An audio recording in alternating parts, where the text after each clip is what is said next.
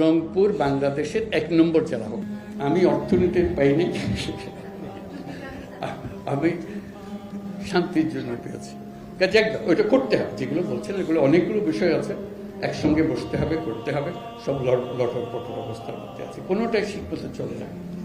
কাজে ওইটাকে ঠিক করা এবং সবাইকে সমর্থন দিতে হবে। আপনারা যদি বলেন যে না এটা পারতেছে না, তাহলে বাদ দাও, তাহলেও শেষ, ওখানে শেষ।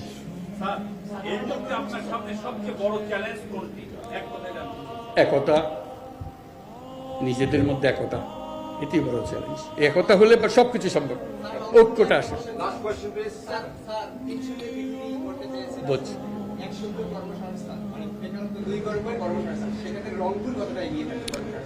সবাই এগিয়ে থাকবে।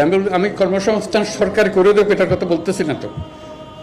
আমার কথাটা হলো আমরা চাকরি চাই না, আমরা চাকরি প্রার্থী নই, আমরা চাকরির দাবি।